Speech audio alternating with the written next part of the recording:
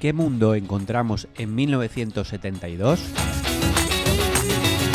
Para frenar el avance comunista, Estados Unidos lanza la mayor campaña de bombardeos sobre Vietnam del Norte. La Unión Soviética mantiene ocupada militarmente Checoslovaquia y despliega una feroz ofensiva en los 5 continentes. Al mismo tiempo, la revolución cultural está abierta en China y una oleada de luchas sacude el planeta. ¿Cómo ha cambiado la situación internacional desde entonces? ¿Ellos, el imperialismo, son más fuertes? ¿O la lucha de los pueblos es una potencia cuyo avance ha cambiado el mundo? Miremos el mundo haciendo balance de estos 50 años. Primero en Iberoamérica. En 1973, un golpe encabezado por Pinochet derriba el gobierno de Salvador Allende. El cerebro del golpe estaba en Washington. Ahora gobierna en Chile una coalición que se reclama heredera de Allende. Como pronosticara hace casi 50 años Salvador Allende, estamos de nuevo, compatriotas, abriendo las grandes alamedas por donde pase el hombre libre, el hombre y la mujer libre, para construir una sociedad mejor. Seguimos, ¡viva Chile! Hace 50 años, Brasil sufría una feroz dictadura fascista. Revolucionarios como Dilma Rousseff fueron torturados. Y el proletariado brasileño, encabezado por un obrero llamado Lula, lucha contra la dictadura. El obrero y la militante torturada se convirtieron en presidentes de Brasil.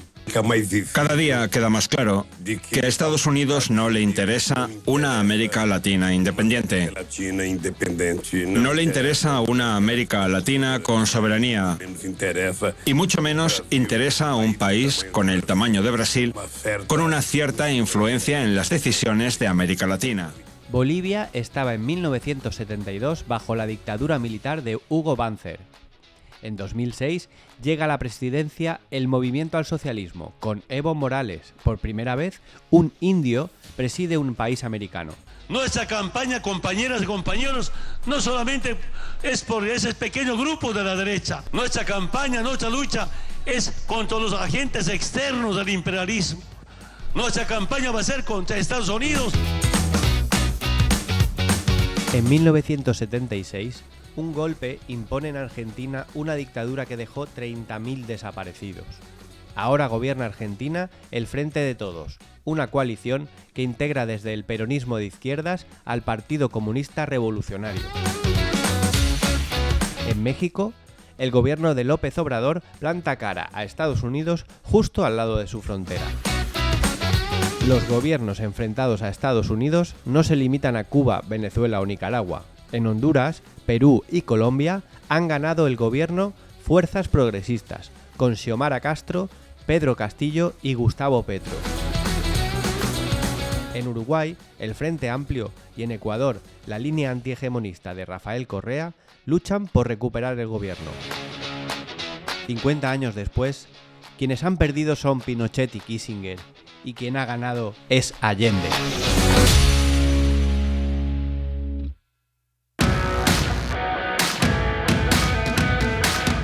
Miremos ahora hacia África.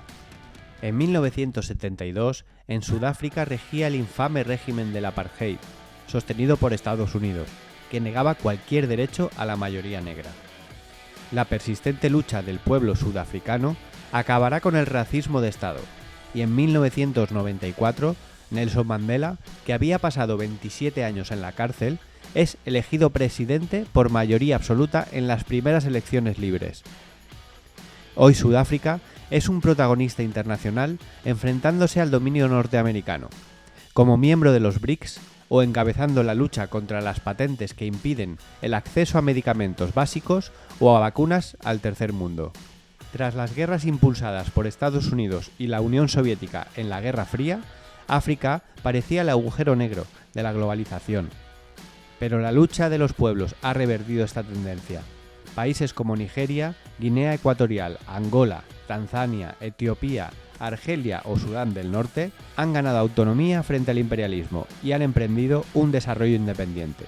Y el año pasado se lanzó un mercado común africano, el Acuerdo de Libre Comercio Continental Africano, un paso adelante en la unidad del continente. Gracias a ello, el PIB africano crecerá, en los próximos 2 años, casi el doble que los países imperialistas más avanzados, algo impensable hace pocas décadas. Quien ha avanzado en África es lo que representa Mandela y quien ha retrocedido es el imperialismo.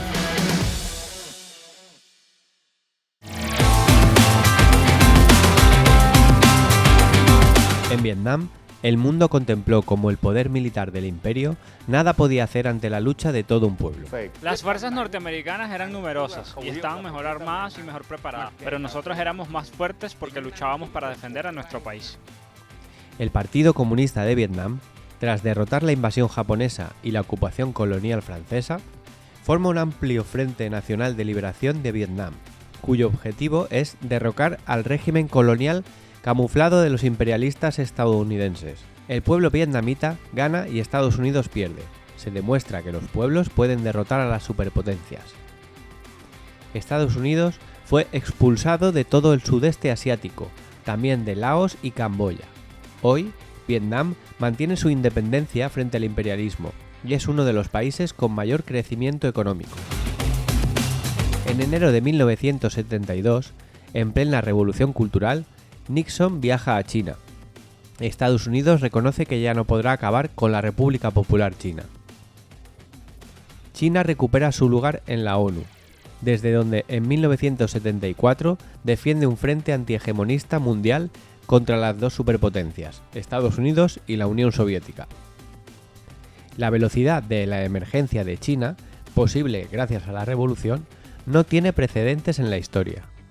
Gracias a la lucha de los pueblos han surgido nuevos gigantes como India, que juega un papel global cada vez más destacado. Estados Unidos ya no controla Irán, país clave en Oriente Medio. Y otros como Nepal han pasado de una monarquía cuasi feudal a tener gobiernos con presencia de partidos marxistas-leninistas pensamiento Mao Zedong. Si hoy Asia es el nuevo centro del mundo, es porque es el continente donde mayores victorias han alcanzado los pueblos contra el hegemonismo y el imperialismo, y donde más influencia tiene la revolución.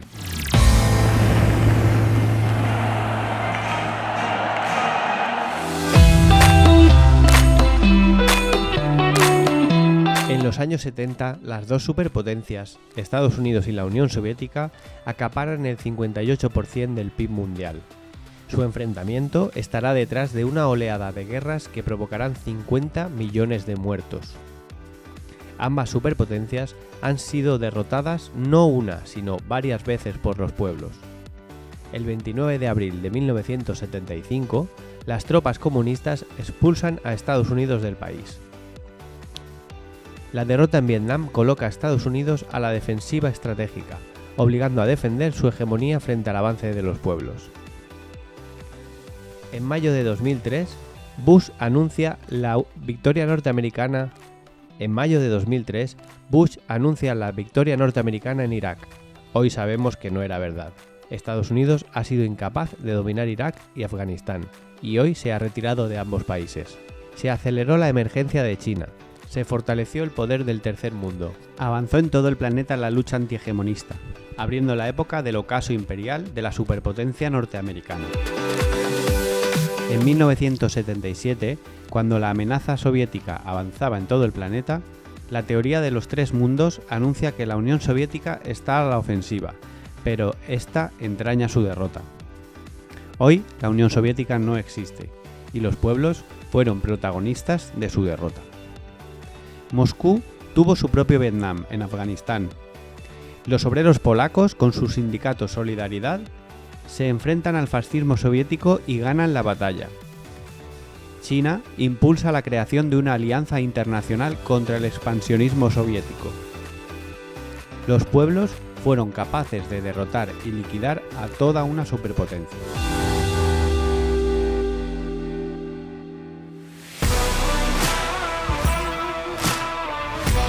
Tres gráficos definen cuál es la realidad del mundo actual. En los últimos 23 años, el tercer mundo casi ha triplicado su participación en el PIB mundial, mientras que el G7, las principales potencias imperialistas, han perdido más de 20 puntos. es una enorme redistribución del PIB mundial a favor de los pueblos. Los BRICS han superado en peso en la economía global a toda la Unión Europea, las viejas potencias europeas. Y el fulgurante crecimiento de China come terreno aceleradamente en el PIB mundial a una superpotencia norteamericana que lo está perdiendo. China, India y Brasil, potencias emergentes del tercer mundo, forman parte de los BRICS, una plataforma que ya es un protagonista global y que exige acabar con el orden unipolar de Estados Unidos. Han impulsado alternativas que están avanzando al poder del dólar, al dominio del FMI, al control de las agencias de calificación norteamericanas. Hace medio siglo, solo unas pocas naciones eran independientes de las dos superpotencias. Hoy, casi la mitad de la población del planeta vive en países que, en todo o en parte, han conseguido zafarse del dominio del imperialismo. Los pueblos siguen sufriendo las agresiones del imperialismo. Hoy, el pueblo ucraniano se enfrenta valientemente a la criminal invasión del imperialismo ruso, pero la realidad del mundo actual nos dice claramente que quienes avanzan son los pueblos y quien retrocede es el imperialismo. En 1978, la línea del primer Congreso de Unificación Comunista de España afirma: el que los países quieran la independencia, las naciones la liberación y los pueblos la revolución se ha convertido ya en la corriente principal de la situación mundial, y no hay fuerza sobre la tierra capaz de contenerla. Los pueblos, las naciones y los países avanzan, y al avanzar, limitan cada vez más el espacio de dominación del imperialismo. Esta es la realidad del mundo, en 1978 y más aún en 2022.